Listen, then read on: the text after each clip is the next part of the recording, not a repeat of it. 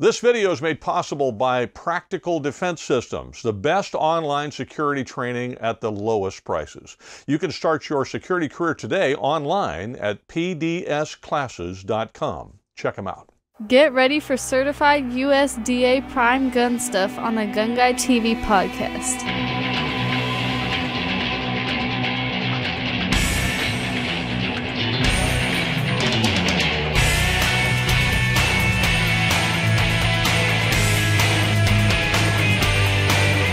Hi, I'm Joel Persinger. I'm the Gun Guy. Thank you very much for all of your help and support of GunGuyTV and of this podcast.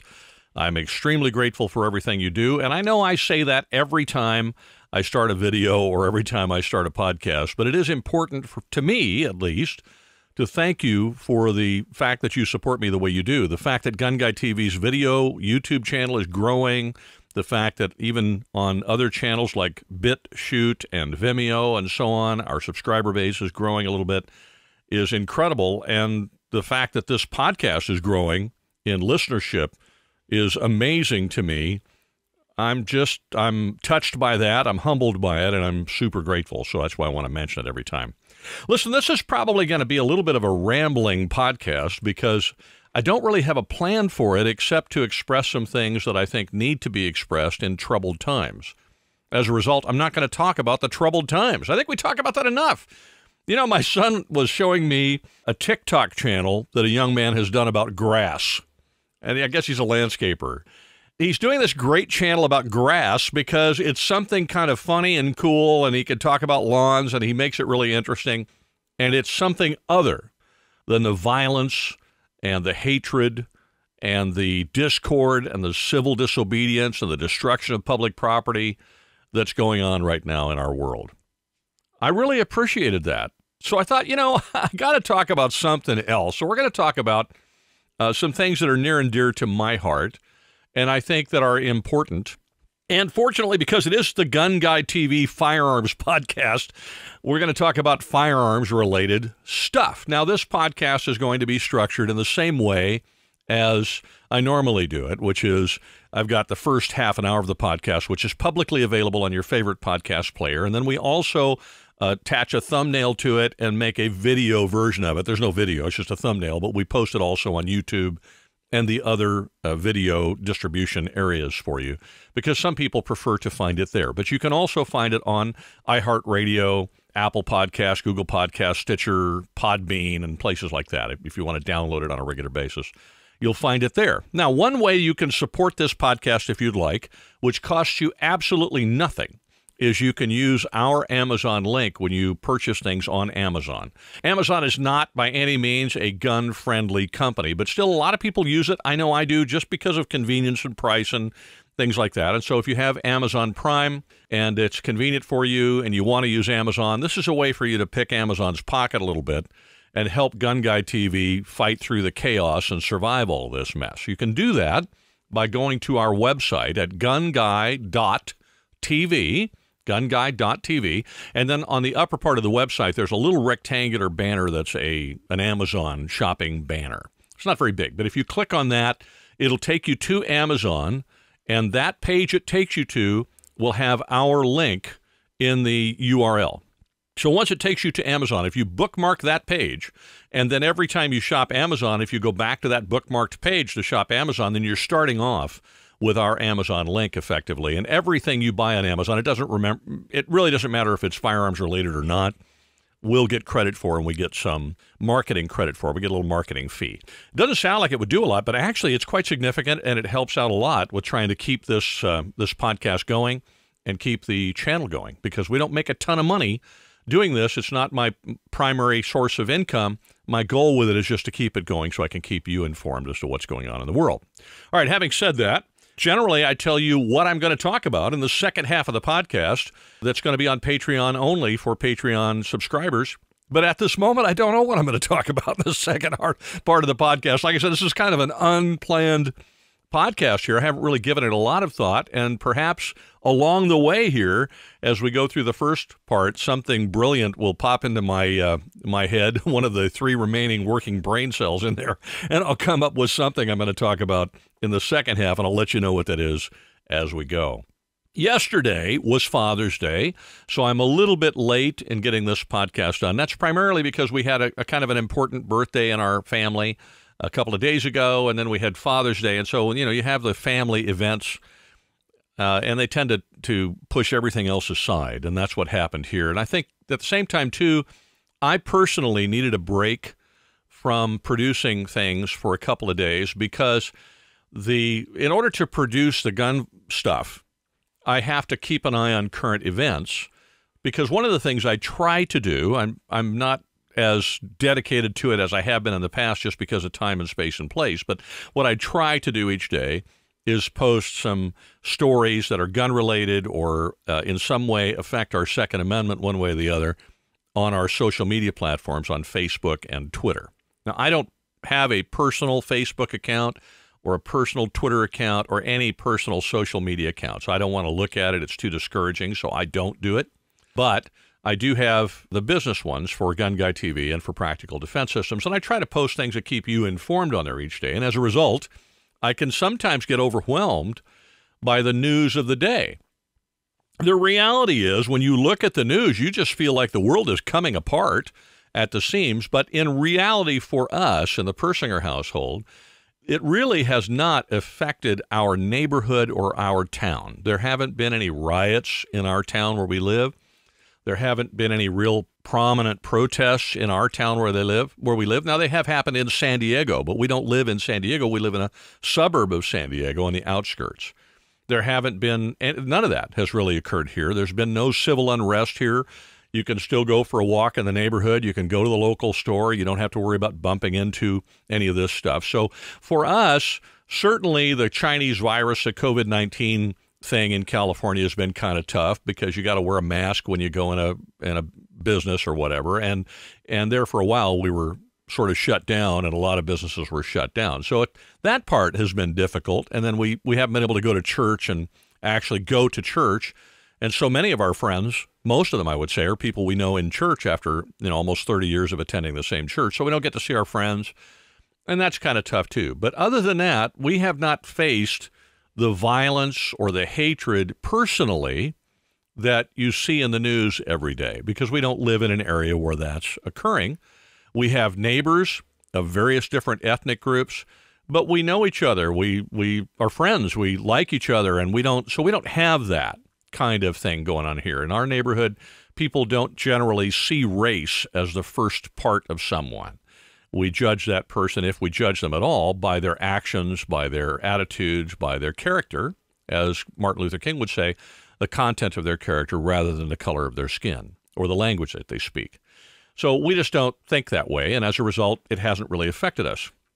So as a result, sometimes it gets to me. Last night, I woke up this morning, about 3 o'clock this morning, I think, and I could not go back to sleep, primarily because what woke me up is I had nightmares about the violence. Now, not somebody being violent toward me or a member of my family, just the violence, the senselessness of it that I have to look at in the news when I'm trying to post these things for you each day on Facebook and Twitter.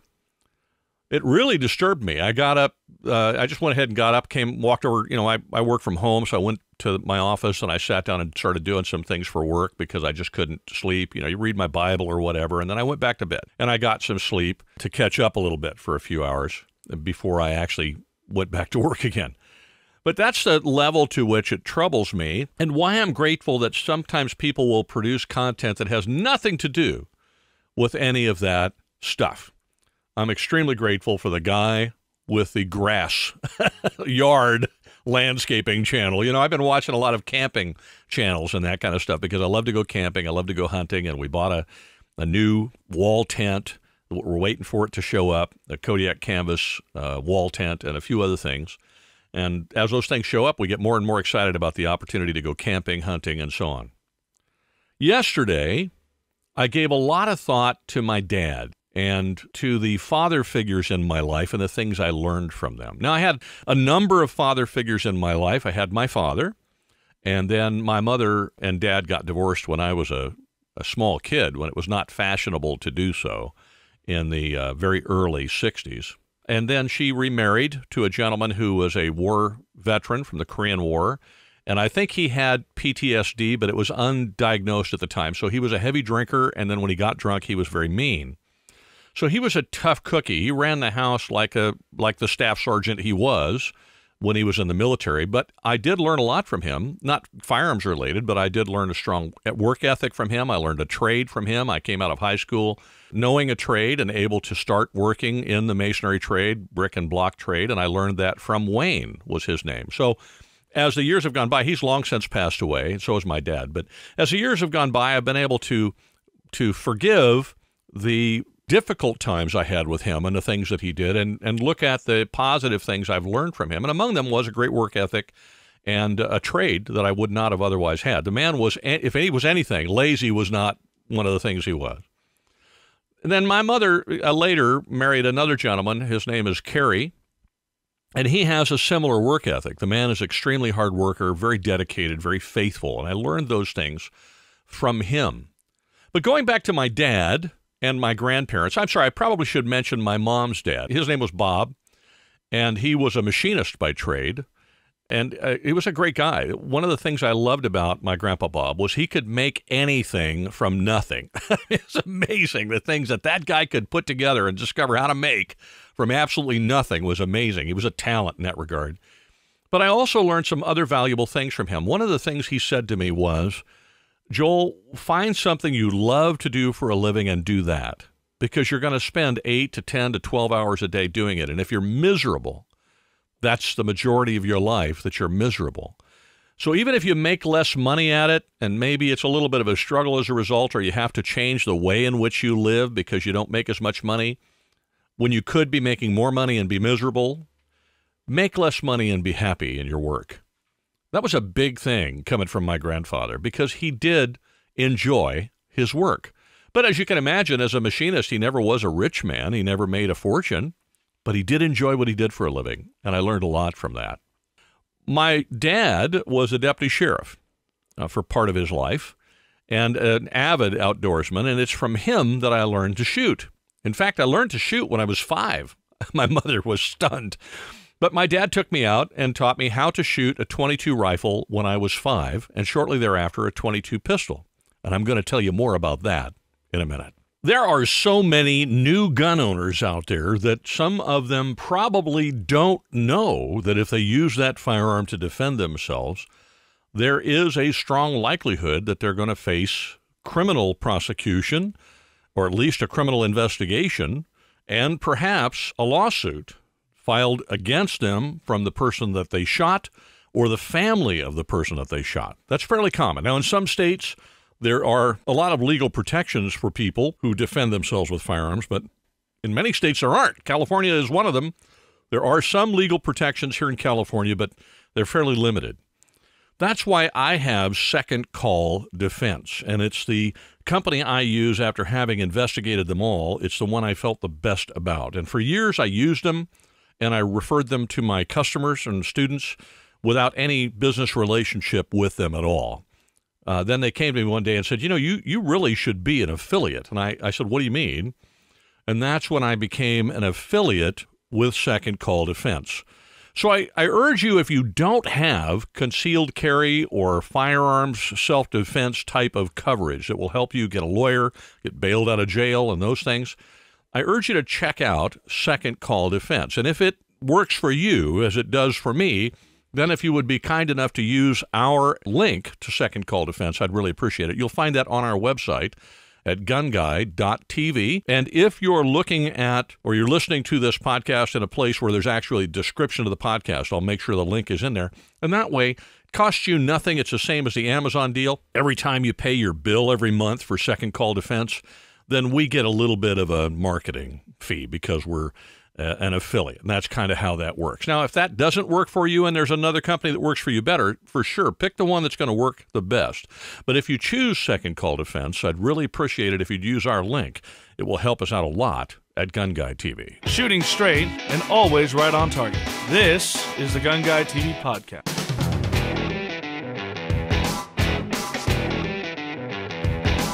Now, back to the discussion of learning to shoot at the age of 5.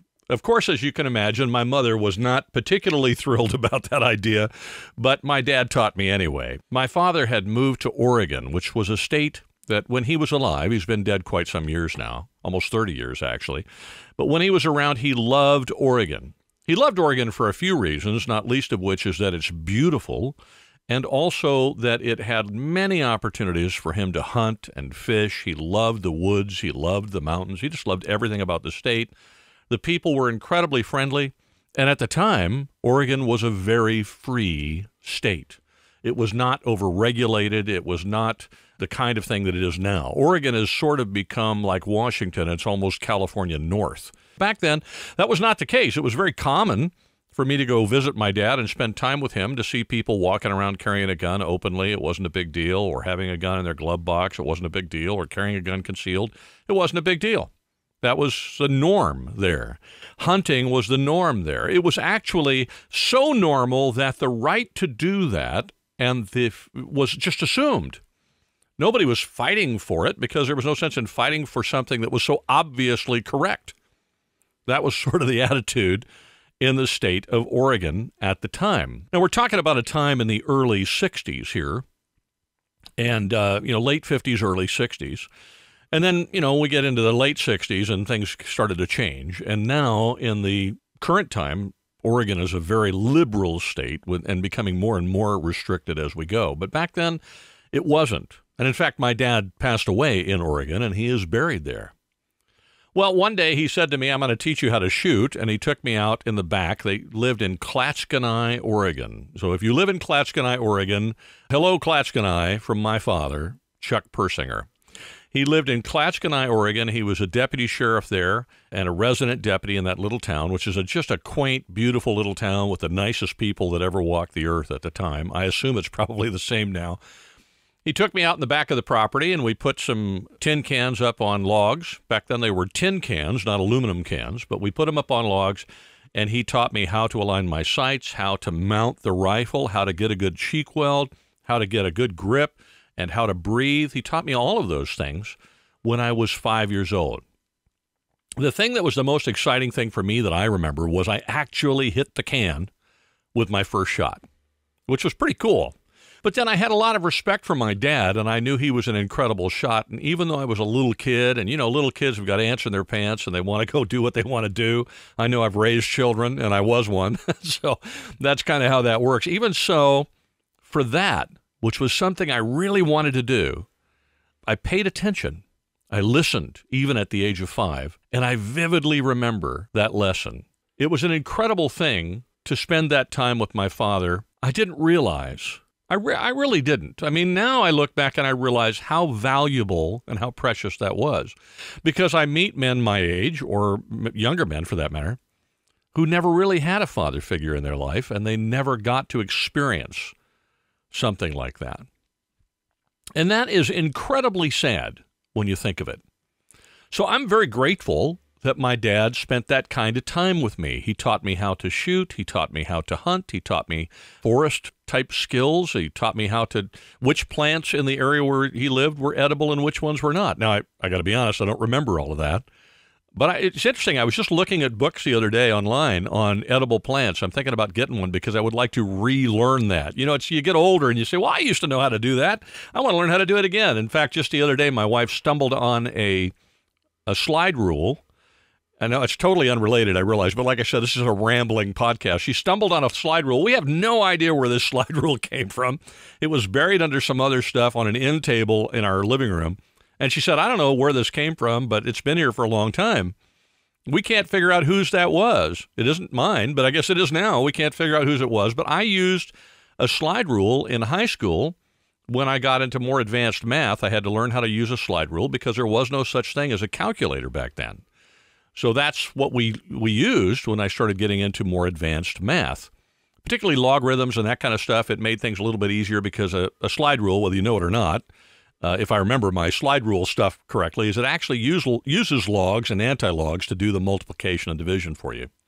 But in any case, I sat down the other day and I had to fiddle with it for a while, and I actually found an old school video on YouTube on how to use a slide rule on the C and D scales, and I was like, oh, I remember how to do that. Well, now I'm kind of wanting to go back and do the same thing with edible plants because I learned all that stuff from my dad as a kid, and I remembered it into my 20s, but now I'm in my 60s and I've never had to use it during any of that time, and I've forgotten that. And it's just kind of a cool skill to have, even though you may never actually use it. But we did use it. We made stew camping, and when we were in our hunter's camp, and we would go and forage for things. And he'd teach me what to get and what it was going to taste like, and this might have a little bit of a nutty flavor, and this might have a little bit of a salty flavor, and we would add that to the stew. And he used to call that forest stew. Now, that's not Forrest Gump. Forest stew. And I used to love forest stew with my dad. Now, then I would go back to California because that's where my mother lived, and I'd live with my mom, and I'd end up spending time with his dad, my dad's dad, my grandpa. His name was Charlie. I'd spend time with Charlie. They lived in Belmont Shore, which is part of Long Beach, California. That's a very nice area.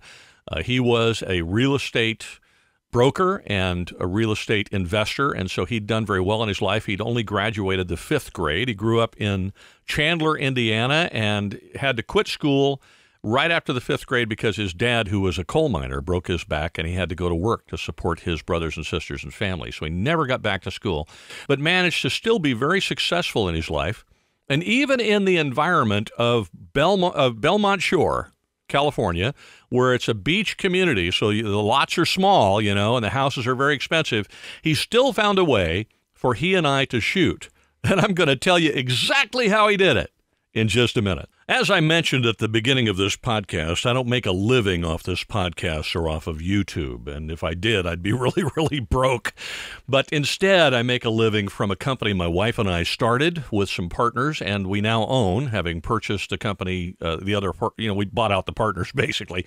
It's called Practical Defense Systems. And our main job at Practical Defense Systems is to educate security officers in the state of California.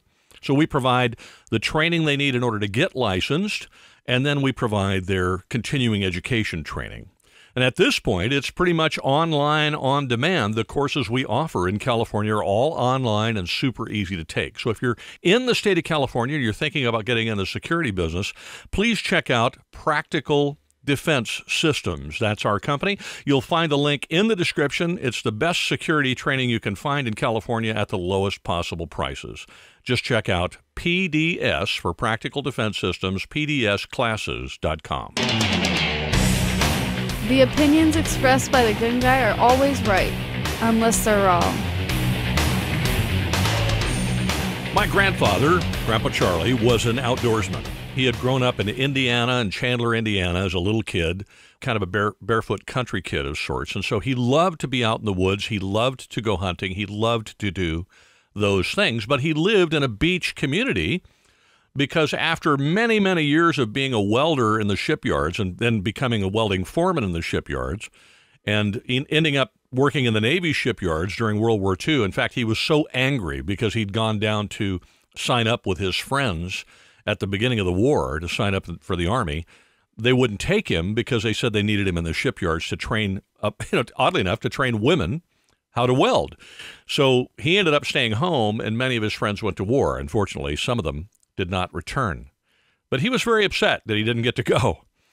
In any case, he was a welder and a welding foreman. He was a tradesman. My family is basically, the history of my family is we're all tradesmen of some sort or other. So we're blue-collar folks. We get our fingers dirty and our hands dirty, and we all have calluses on our hands, and oddly enough, I still do. Even though I don't work in trades anymore, but I still do work around the house, and my son helps me lift weights so I can actually not get older than I have to, and as a result, my hands are kind of callous. And I'm grateful for that. I never want to be the guy that's got super soft hands. Somehow that bothers me. Not that there's anything wrong with it, but that's not the environment in which I grew up. But then once again, as I said, it's not a planned podcast, so I'm beginning to digress. Let's get back to Grandpa Charlie and shooting. At my grandpa's house, which if you ever want to drive by it, you can. It's at 104 Argonne in Belmont Shore in Long Beach. Now, we don't own it anymore. He sold it many, many years ago. But in that house, there's a unit at the bottom, there's one at the top, and there's a little studio in the back, and it's got 3 garages. Well, he kept 2 of the 3 garages for himself and had the other one that he rented out with the apartment above. In those 2 garages, he kept his car in one, and he made the other one into a shop because he loved to make things and build things. And he liked to do a lot of woodworking. He had done so much welding in his life, the last thing he wanted to work on was metal anymore. He enjoyed doing woodworking. One day he said to me, you know, Joel, we need to do some shooting. And I said, okay, Grandpa, what are we going to do? And he said, well, let's go grab a bicycle. So we went and got on some bicycles, and we went riding down the alleyways of Belmont Shore. In the process, we found an old wooden crate. We found some old pieces of dowel that people were throwing away. And we found a guy that, it just took several days to do this, but over that time, we found some tin, and we found a bunch of other little things like that. We brought that stuff back, and out of that, because he liked to make something out of nothing. You know, my grandfathers were both very creative guys and make anything out of anything. This is the beauty of being a tradesman, I think. We went in his shop, and he taught me how to take those little things, and make a target out of them. So essentially what we did was we stood up the wooden milk crate on its end so that the open part of the crate was facing the shooter. And then we used the dowels to make rods across the crate, and we took little pieces of tin and cut them into shapes, diamonds, squares, circles, and some rudimentary animals. Once those were carved, they were maybe, 2 inches tall and 2 inches wide or something about that size. And we made sure that we left enough tin on the top that we could wrap that piece of tin on the top around the dowel. So we wrapped it around the dowel, which, by the way, we took a long piece of tin and we tightened it, wrapped it around the inside of the dowel and tightened it down real tight. So basically, you had the wooden dowel with a tin covering. And then the little piece of tin with the figure attached to that around the dowel. And we scored the underlying tin along the way so that they wouldn't move right to left. They would just spin. Well, there were, I think, 3 rows of those from top to bottom. And when you hit them, they would spin. So you knew you hit them. They'd spin over the top and come back down again. They were little reactive targets we made out of absolutely nothing. From there, we went down and bought a big piece of plywood. He set the plywood up against the wall in his little tiny courtyard next to his house, outside of his office. He set the plywood up against the wall, and I would go outside with a CO2 BB pistol, and he would teach me how to better shoot a pistol in that backyard with this little CO2 BB gun. Many, many years later, he was in his 80s, and his health was not good. He was 87, I think, and he said, Joel, I've got something for you. I was visiting him. At that point, he'd sold that place, and he was living in Sun City, Arizona. He said, I've got something for you. We went out in the garage, and he handed me that BB pistol. Now, it leaks right now. It's an old Crossman pistol, but if I can ever find the little O-ring that goes in it, I'm going to fix it, because that was the BB pistol that my grandfather taught me how to use as a little boy. It was largely my grandfather spending time with me with that little BB pistol in the backyard to make me a better pistol shot that is the reason why I can shoot pistols as well as I can today. I'm not a competitive shooter. Certainly there are people in the world that shoot better than me, but when it comes to handguns, that's a fairly small number. I'm a better shot with handguns than the vast majority of people I have ever met. Now, I'm not saying that to build myself up or brag.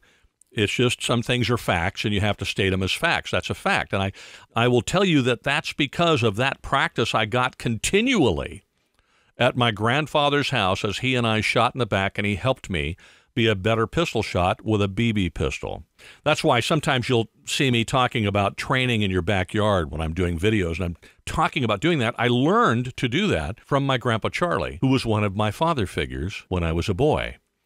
Now, then I would go visit my dad for the summer and spend my summer with my dad up in Oregon, and he would remark at how much my shooting had improved and want to know what I had been doing that my shooting had improved so much since the previous year when I saw him. And my grandfather would wink at me, and he'd look at my dad, and he'd say, "Don't give away secrets."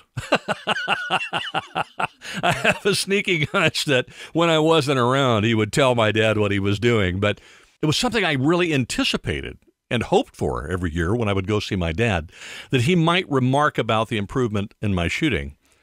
So I'd worked pretty hard at it. I really had a great time with my grandfather anyway, but it was one of the favorite things I did with my granddad. Other than we used to walk down the beach and we'd go to the Long Beach Pier, and at the old Long Beach Pier before it was torn down, there used to be a little restaurant almost all the way to the end, that had the best New England clam chowder in the world. And to this day, I absolutely love New England clam chowder. What's my point in all of this? It's important that we have father figures in our lives who take time to teach us these valuable skills. They're the things we'll remember later when they're gone. And maybe it's a dad, maybe it's a brother, older brother, maybe it's an uncle, maybe it's a grandpa. When we don't have those, there's something missing in our childhood. It's a very valuable thing that's missing.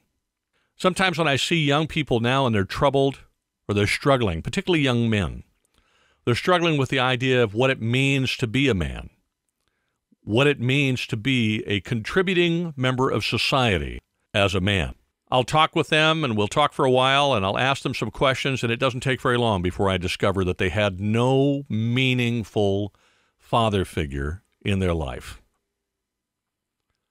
That is a tragedy. Having had outstanding father figures in my life, I can tell you that it's the way God designed it. And when it doesn't apply, when we don't apply things in the way God designed them, they don't work. They don't work well at all. Well, with that, I've run out of time, I think, in this section of the podcast. I told you that by the time I got to the end of the podcast, I would know what I was going to talk about in the next section that's going to be on Patreon only. Well, here it is. In this next section, I'm going to talk about what I did to pass these things along to my kids and how we did that and how my kids are doing with that today. We'll talk about that in the next section. If you're listening on Patreon, I want you to stick with me. If you're listening on your favorite podcast player, I'm going to wrap it up here. So think about those father figures in your life. And if you're a man, be a father figure to someone else. Wherever you go, whatever you do, please be safe. You've been listening to the GunGuy TV podcast.